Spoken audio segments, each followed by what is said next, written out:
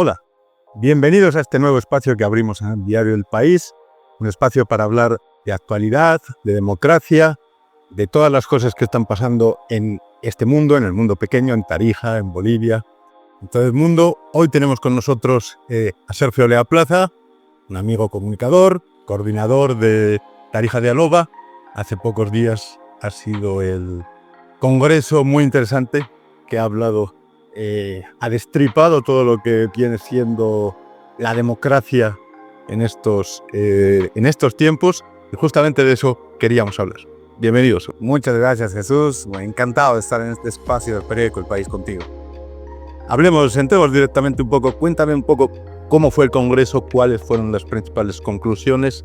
Luego ya entramos a ver en qué está. Primero contar que Tarija de Aloba es una plataforma de la sociedad civil impulsada por una serie de organizaciones, entre ellas las universidades, y una de sus líneas de acción es los diálogos con el futuro. ¿Cuál es el principio? Hemos descubierto en otros momentos, cuando hacíamos la agenda de futuro de Tarija, de que cuando sientas a gente diferente a hablar sobre el futuro, el diálogo y los acuerdos fluyen mejor. Entonces, en este presente que está trabado, polarizado, empantanado, una receta para hacer dialogar a la gente y buscar acuerdos es hablar del futuro. Por lo tanto, esta línea de diálogos con el futuro viene desarrollándose hace 2 años. El año pasado un primer evento enfocado en inteligencia artificial y ahora un nuevo evento en mayo para hablar de un tema que cada vez es más preocupante en el mundo, el estado de la democracia. ¿Cuál es el futuro de la democracia en realidad, no? Claro.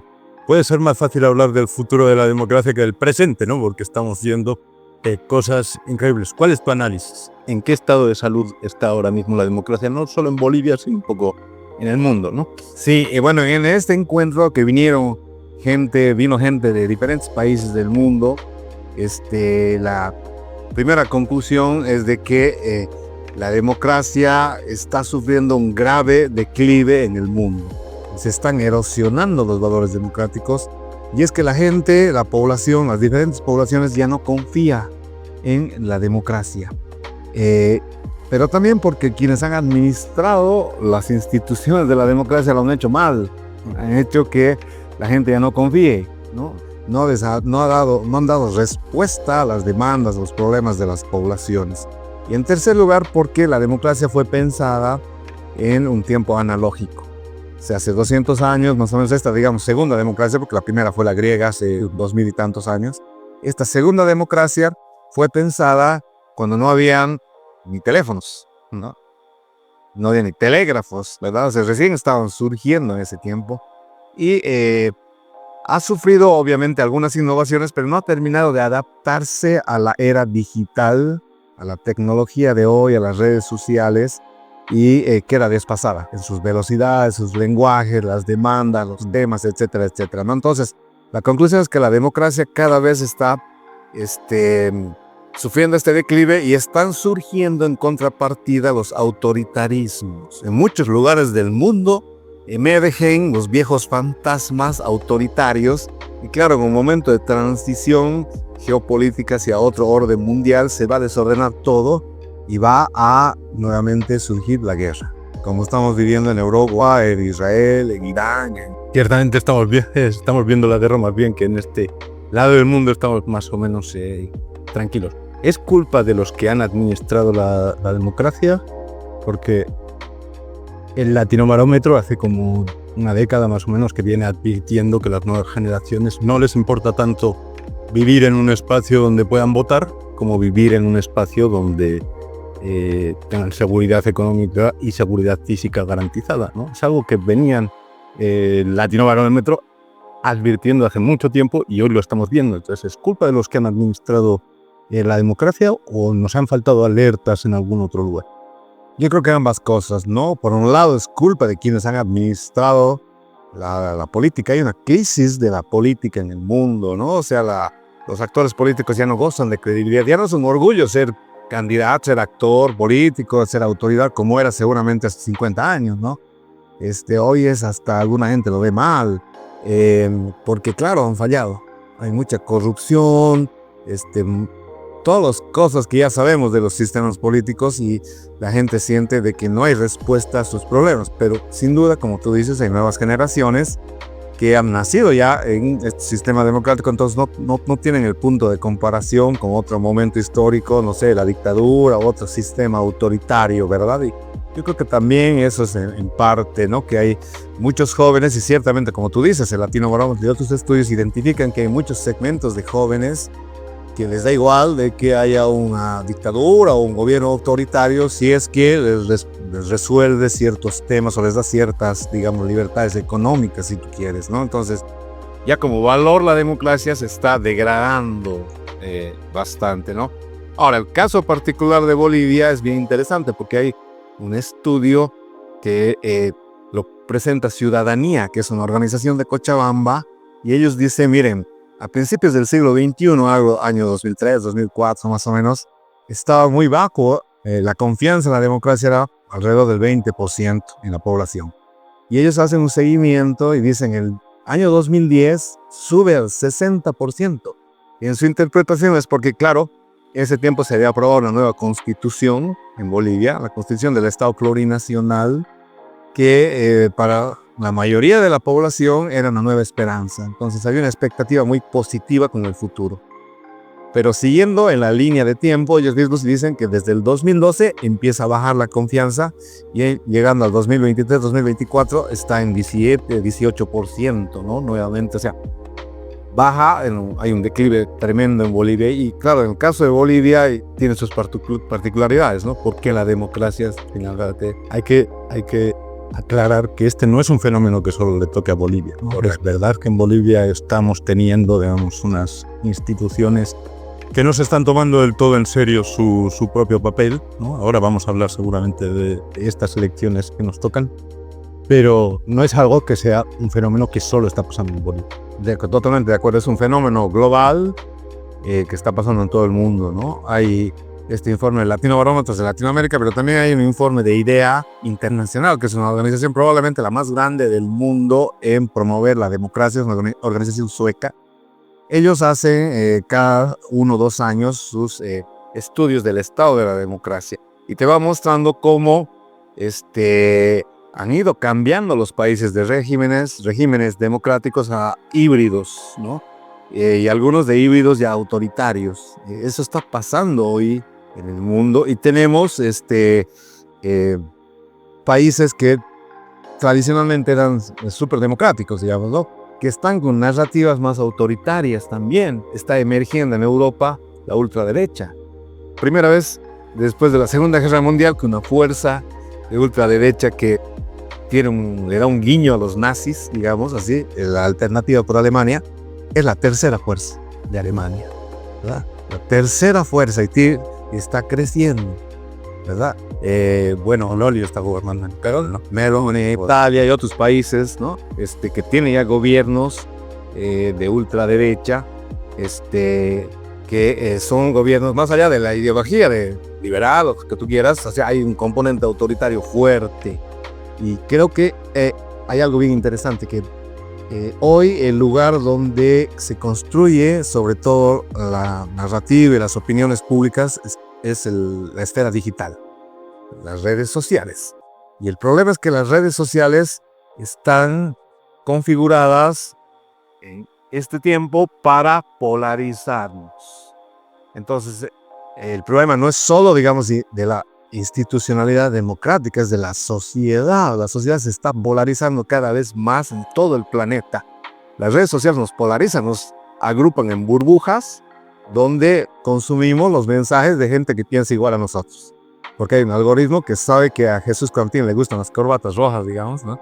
Pero le gusta leer los periódicos de tal tendencia, lo va a juntar con gente de tal tendencia, ¿no? Entonces, te van a repetir y repetir los mensajes si no entras en diálogo con el otro diferente. Sí, ¿no? Sobre todo se aíslan también, ¿no? O sea, te polariza y te aísla, ¿no? Te cierran en tu burbuja. Una de las conclusiones precisamente del Congreso es reinventar la democracia desde lo local. Me ha llamado la atención porque, claro, muchas formas de participación local, digamos, en movimientos sociales mismos, ¿no? Hemos visto aquí en Bolivia como ejemplo cómo se ha destruido mucha institucionalidad por ahí. O sea, está la clave. ¿Dónde está la clave? O sea, se puede entender la propuesta.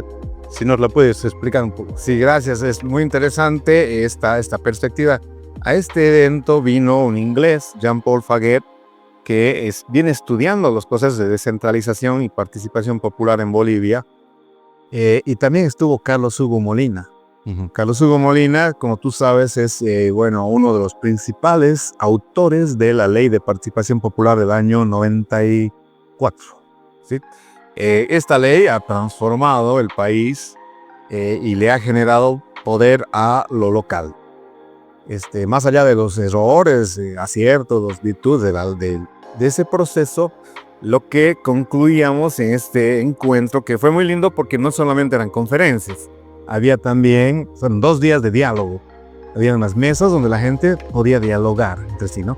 Una de las principales conclusiones es de que la democracia puede practicarse de mejor manera desde lo local.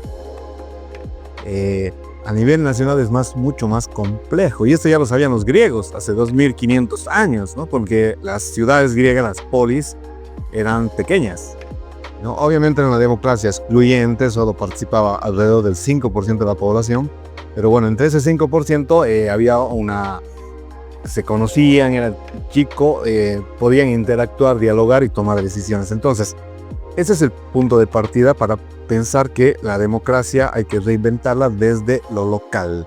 Y en segundo lugar, algo muy interesante que dice Carlos Hugo Molina. Estamos en el tiempo de las ciudades, de la Constitución Política del Estado, la nueva Constitución desde el 2010, no menciona el término ciudad, es como si no existiera, ¿verdad? Entonces él dice, hay que pensar nuevamente el desarrollo desde la lógica de las ciudades, porque cada vez crecen más.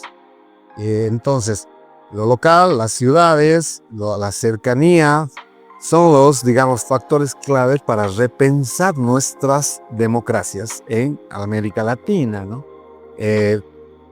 ¿Cómo podemos hacer para pensar una nueva democracia en Bolivia? Esta democracia no está dando resultados. Termina, digamos, destruyendo las instituciones, no hay diálogo, no hay acuerdos, no hay pactos.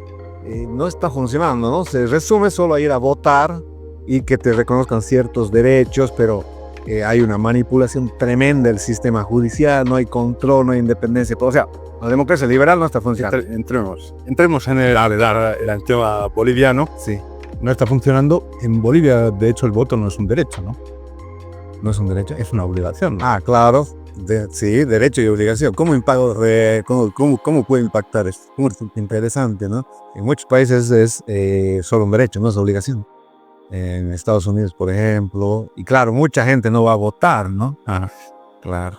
Ahora, sí. Claro, es una obligación, pero a la vez estamos viendo ciertas cosas del Tribunal Electoral, del Tribunal Constitucional, que está está influyendo demasiado o poniendo reglamentos que realmente se está facilitando la democracia en este país. ¿En qué punto estamos?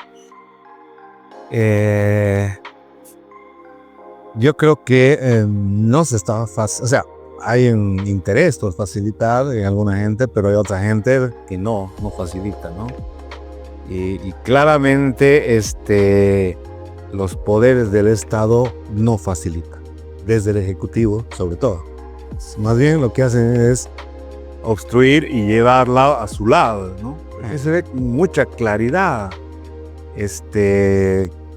Creo que lo que ha sucedido con el órgano judicial es muy evidente, muy claro, ¿no? Todo este manejo político, partidario, discrecional, y no solo con los líderes de oposición, ¿no? O sea, eso se termina traduciendo con la ciudadanía también.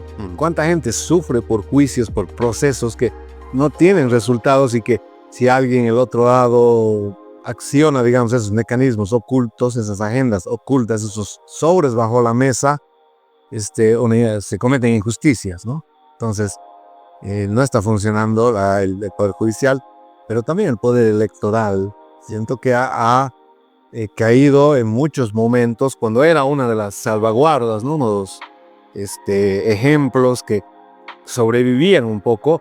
también ha caído en este manejo, ¿no?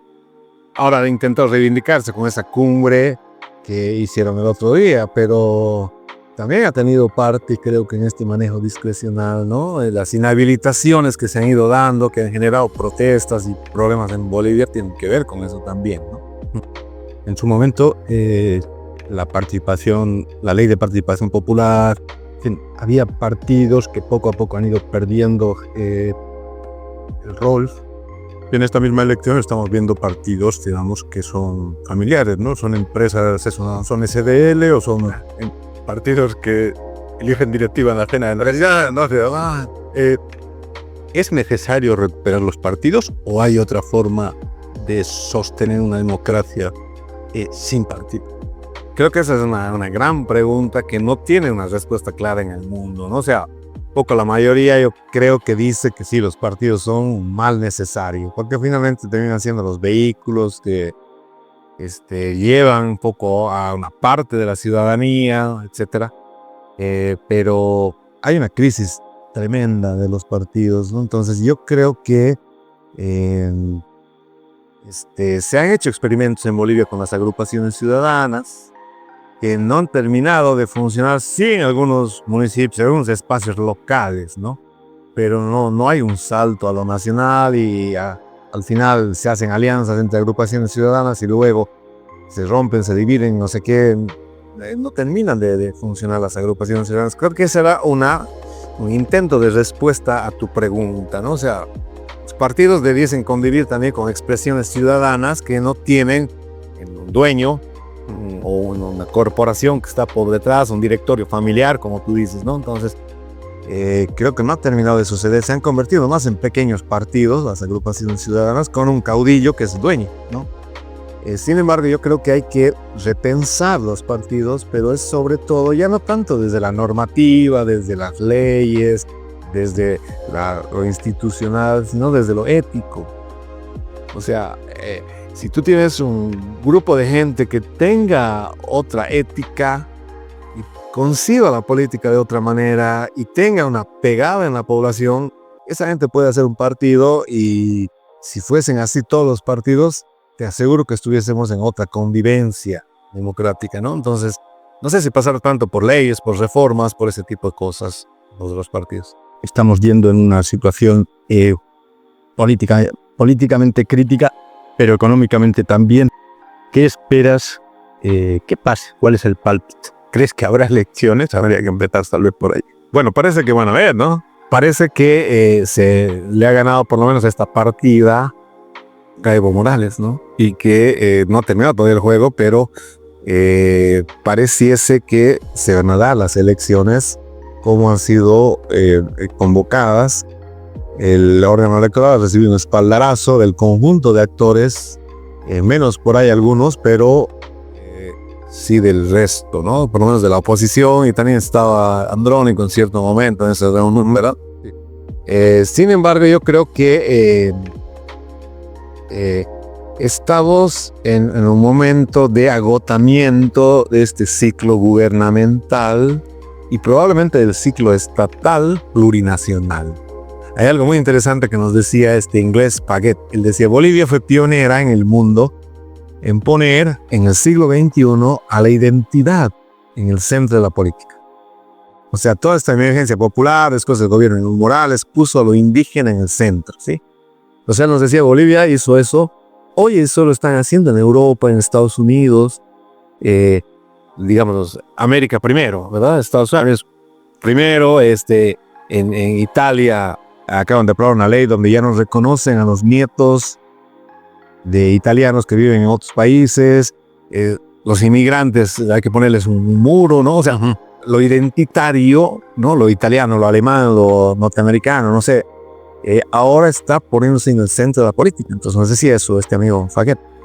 Pero él dice, claro, eso puede llevarte a malas experiencias. No olvidemos que el siglo pasado tuvimos la experiencia más traumática de la humanidad en la Segunda Guerra Mundial, también con un componente identitario muy potente, ¿verdad? Entonces, el nazismo te representaba al alemán ario y había ahí una exclusión muy fuerte contra otros grupos, otras razas, otros conglomerados humanos, ¿no? Pero es interesante que este amigo Faget nos dice, yo creo que ya está agotado el discurso identitario y que vamos a ir a otra cosa. Y ya no va a ser lo central en Bolivia. O sea, lo plurinacional, lo indígena, lo originario campesino, ya no sería lo central en la narrativa política de la población. Eso nos dice él. Y creo que, bueno, ciertamente estamos ante un nuevo momento histórico. Estamos cerrando este ciclo. Claro que va a haber un tiempo de transición. Ahí está el problema.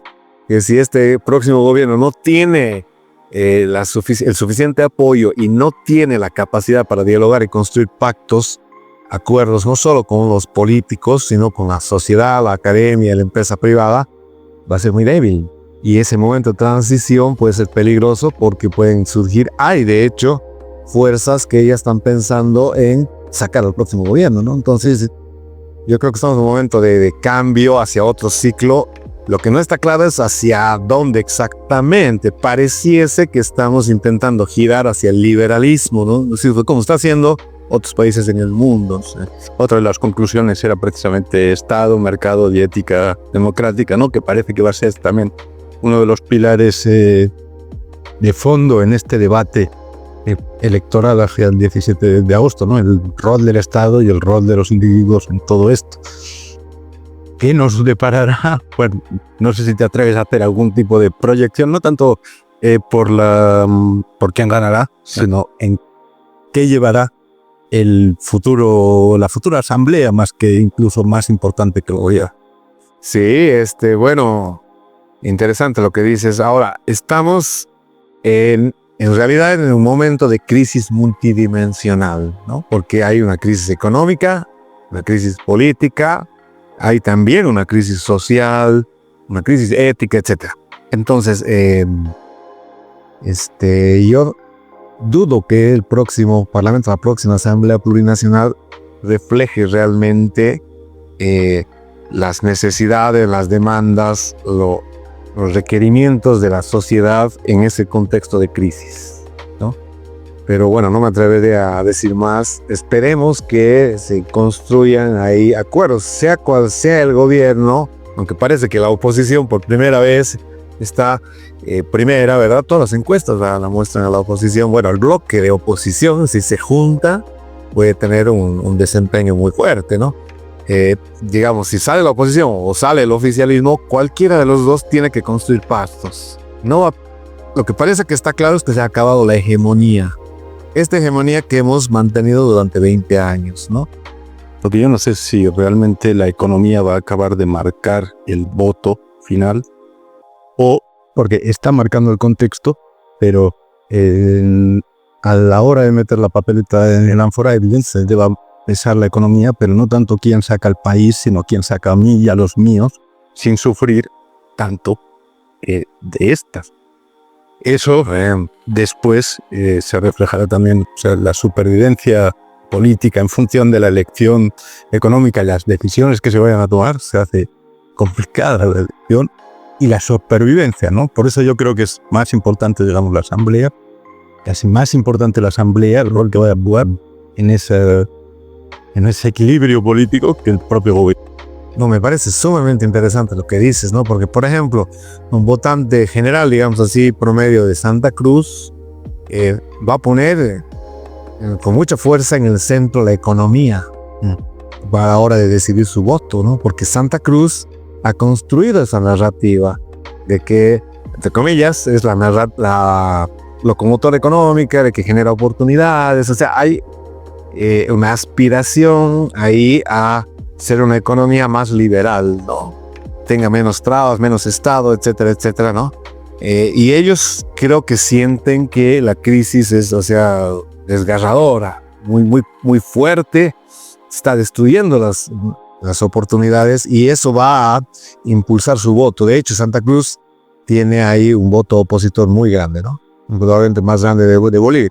Pero en otras regiones no sé si aplicará la misma lógica. Lo que tú dices, o sea, somos un país diverso, y hay, por ejemplo, comunidades, hay ciudades intermedias, pequeñas, donde hay una población que tiene diferentes orígenes y que va a votar también desde sus pulsiones sociales, culturales, políticas, y no tanto desde el razonamiento económico, ¿no? Lo que yo te quisiera decir es de que generalmente la gente no va a votar bajo un razonamiento así mecánico, económico, ¿no? Este me ofrece, digamos, empleo, automáticamente voto, ¿no? Tiene que haber todo un sentido político, social, cultural también, ¿no? No es así tan fácil, ¿no? Sino un gerente de un banco que administra bien, un gerente, no sé, pues de la mejor empresa de Bolivia, se lanza y puede ser presidente, ¿no? No es tan sencillo.